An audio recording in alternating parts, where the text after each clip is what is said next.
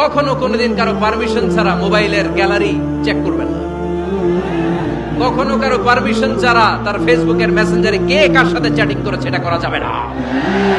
কখনো কারো পারমিশন ছাড়া তার মেইলের ইনবক্স খুলে দেখা যাবে না। কখনো কারো পারমিশন ছাড়া কারো ব্যক্তিগত চিঠি পড়া যাবে না। দিস ইজ ইসলাম, এটাই ইসলাম।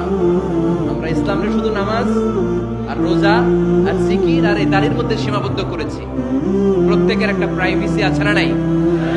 Everyone has privacy and no one should interfere in his privacy or in her privacy.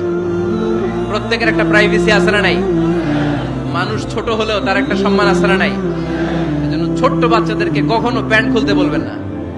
অনেকে বলে আরে ছোট মানুষ খোল খোল, আরে তুই খোল, এই খোল খোল খোল, তো আছে না নাই? ওরও প্রেস্টিজ আছে, ওরও সম্মান আছে। খবরদার, everyone has a personal space and no one should interfere someone's personal space. কারণ পার্সোনাল স্পেসে যেন আমরা নাক না গলাই। অনেকের বদ স্বভাব ফ্যামিলি ম্যাটার নিয়ে, প্রাইভেট ম্যাটার নিয়ে কথা বলে। ভাই কি চাকরি করে? সরকারি না বেসরকারি? সরকারি। বেতন কত?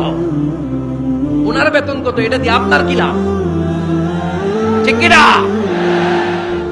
মানুষ একটা দেখলি ভাই বয়স কত, ভাই বেতন কত, ফার্স্ট ইমপ্রেশনে, ফার্স্ট যখন আপনি কারোর সাথে দেখা করবেন বেতন কত, বয়স কত, এগুলো জিজ্ঞেস করা যাবে? কেউ যখন কারো ঘনিষ্ঠ হয়, বন্ধুদের রূপান্তরিত হয়, তখন এই কথাগুলো। শুরুতেই প্রাইভেট ম্যাটার নিয়ে, পার্সোনাল ম্যাটার নিয়ে খোঁচাখুচি করা যাবে